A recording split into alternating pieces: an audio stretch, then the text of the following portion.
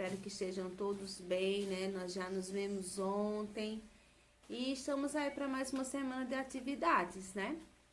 Como eu falei para vocês, essa semana nós vamos trabalhar o diário de Anne Frank, tá? E não tinha como a gente trabalhar diário e não falar sobre ela, que acredito que é o diário mais famoso de todo mundo, onde ela relata, né, o que ela vivenciou durante os anos em que esteve presa em um esconderijo, se escondendo, como ela era uma menina judia, junto com a família e com outras famílias, dentro desse sótão, e estava fugindo dos horrores da Segunda Guerra Mundial, que nós já conhecemos por meio de outras leituras, não é isso? Então, na página 149, inicia o diário de Anne Frank, né? Temos aí essa imagem dela, que era uma menina, assim como vocês, são meninas e meninos, né? Com essa mesma idade, e de repente ela viu toda a vida dela ser retirada sem nenhuma explicação. Então, tudo que ela tinha, a escola, os amigos, a casa, a liberdade, tudo isso foi tirado dela de uma só vez. E ela passou, tá, bastante tempo escondida. Mesmo assim, quem conhece a história de Anne Frank sabe que o final não foi feliz para ela, certo? Então, assim, nós lemos o Diário de Lena, nós já discutimos sobre o Diário de Lena, que também aconteceu no contexto da Segunda Guerra Mundial. E agora nós falaremos sobre Anne Frank. Esse diário dela foi escrito entre 1942 e 1944. Então, vocês já reconhecem essas datas como sendo o período da Segunda Guerra Mundial, que começou em 1939 e terminou em 1945, como nós já sabemos, tá? Esse texto aqui, o Diário de Anne Frank, ele foi publicado pela primeira vez em 1947, tá? Pelo pai de Anne, que foi a única pessoa da família que sobreviveu ao Holocausto.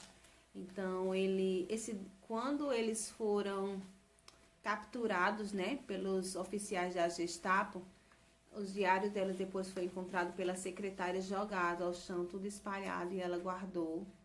A secretária. Eu tenho aqui 2 volumes, né, do Diário de Anne Frank. Tenho esse aqui, que é uma edição de bolso, tá?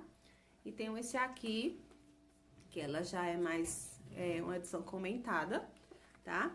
Então, quando ele foi publicado pela primeira vez em 1947, como eu disse a vocês, ele teve algumas partes cortadas, né? Então, algumas partes do diário foram retiradas pelo pai de Anne Frank, porque ele achava que de certa forma, ela poderia, nas palavras que ela utilizava, criticar demais certas pessoas, porque no diário, como a gente sabe, no diário ela colocava todos os sentimentos, todos os pensamentos dela. Então, ela não tinha papas na língua, ela colocava mesmo o que ela pensava. E ela era uma menina muito à frente do seu tempo, porque ela tipo, era do contra, sabe, da família. Então, ela era muito criticada por isso, menosprezada. As pessoas que estavam lá junto a ela, da outra família, no esconderijo também, criticavam muito o jeito dela ser. E ela colocava, detonava mesmo essas pessoas aqui no diário dela. Ela escolheu como vocativo Kitty, ela deu o nome para o diário dela, era querida Kitty. Que ela sempre escrevia no iniciozinho, colocava a data, como a gente já sabe, e escrevia nesse texto. Então, foi censurado. Depois de um tempo, aí começou a sair a edição integral. Essas edições que eu tenho aqui, elas são integrais, né? Elas têm o diário completo de Anne Frank. A última vez, a primeira vez que ela escreveu foi o aniversário dela de 13 anos, né? Em 12 de junho de 1942. E a última vez que ela escreveu foi em 1º de agosto de 1944. Ela escreveu aqui e depois o diário simplesmente é deixado de escrever porque no dia 4 de agosto de 1944 eles foram capturados, tá? Então, Pensando no que a gente viu sobre o diário de Lena, o que é que vocês acham que levou esse diário aqui a ser publicado? Porque, como a gente sabe, é mais uma menina, uma adolescente. Mas por que foi publicado, gente? Vamos pensar um pouco antes de ler o texto. Eu vou passar para vocês agora algumas imagens, tá? Sobre Anne Frank. E eu já volto falando mais um pouquinho sobre isso. Como vocês estão vendo, essa é uma foto de Anne Frank em seu aniversário de 10 anos. Ela posa com amigas em frente à casa dela em Amsterdã, na Holanda, em 1939.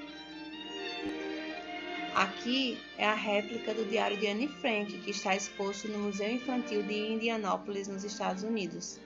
Como vocês podem ver, não é o próprio diário, é uma réplica, mas ele tenta reproduzir fielmente como era a letra, o formato do diário, né? Fotografia, uma carta, né? Observem que ela tenta reproduzir fielmente o diário de Anne Frank. Aqui é a casa que serviu de esconderijo para a família de Anne entre 1942 e 1944. Essa casa passou a funcionar como museu, tá? A partir de 1957. Então, eles ficavam no sótão, né? Aqui na parte de cima, como vocês podem ver aqui nesse sobrado, escondidos.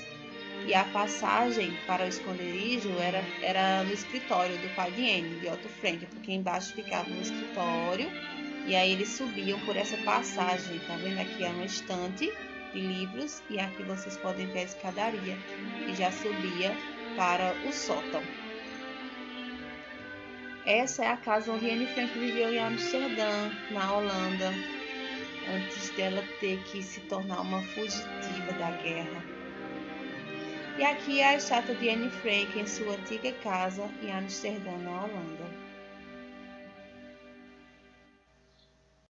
E aí viram as imagens, né?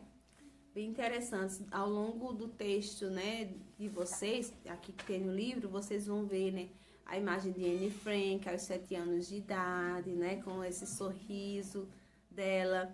Também vocês vão ver a imagem do diário verdadeiro de Anne Frank, diferente daquele que eu mostrei para vocês, que é a réplica. Esse é o verdadeiro, que está exposto no Museu Casa de Anne Frank, em Amsterdã, na Holanda, que era onde ela morava antes, né, da guerra. Aqui também nós vemos Anne Frank na escola, aos 11 anos de idade, sempre sorridente, sempre muito feliz. Ela gostava de fazer amizades, sabe? Ela era uma menina bem feliz. E vemos também na página 152 essa outra foto que mostra o esconderijo, tá? Nesse esconderijo ela ficou, né, entre 1942 a 1944. Ficou lá presa nesse sótão, sem poder sair pra nada, dividindo tudo com essas pessoas, sem banheiro adequado, sabe, assim, uma situação sem comida, comida muito pouca, bem sem poder tomar banho, muitas coisas que a gente tem facilmente, que a gente nem percebe que a gente tem, porque a gente, toda hora que a gente precisa estar lá, e que ela foi percebendo que pequenas coisas eram muito importantes, né? Que são muito importantes. Então, vocês vão ler esse texto, né? No dia da nossa correção a gente vai ler junto, mas vocês vão ler e vão responder a atividade. São 19 questões, mas são 19 questões que não são complicadas, são simples, né? Vocês já têm um conhecimento a respeito da temática, então vocês não vão ter dificuldade a respeito disso, tá? E no final da atividade tem uma indicação de outro filme, que é o filme A Vida é Bela. Também é um filme que eu indico para vocês assistirem, com essa temática da Segunda Guerra Mundial. Que aqui o foco é o relacionamento entre um pai e um filho, tá bom, gente? Eu não vou contar, né, o que acontece, mas vocês sabem que se a temática é a Segunda Guerra Mundial, vai ter muitos momentos de drama, de sofrimento, certo? Mas pode ser que tenha alguma coisa feliz também, né? Será que não? Enfim, vale a pena assistir esse filme, assistam e depois a gente comenta sobre ele, tá bom? Agora eu vou passar para nossa segunda parte da aula, que é a parte de gramática, tá bom? Acredito que essa de produção vocês não vão ter dificuldade. Essa semana eu não vou passar a produção, não vai o projeto Quem Eu essa semana, para vocês se dedicarem mesmo a essa tarefa, viu?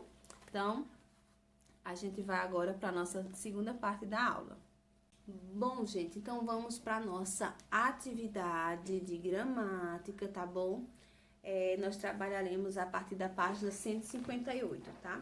A coordenação e a articulação de ideias nos textos. Então, vocês vão colocar o títulozinho da maneira como está aqui no caderno de gramática.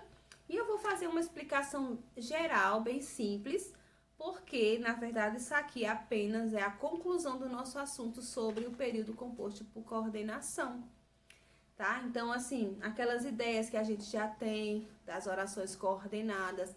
Quais são os sentidos das orações coordenadas mesmo? Quem vai lembrar, tá?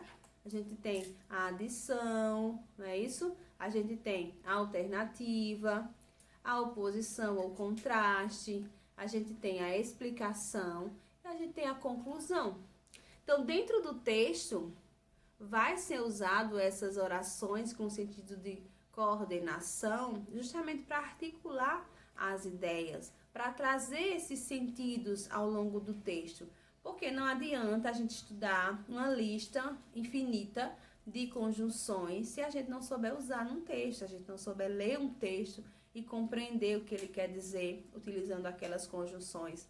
Então, é para isso que existem, tá bom?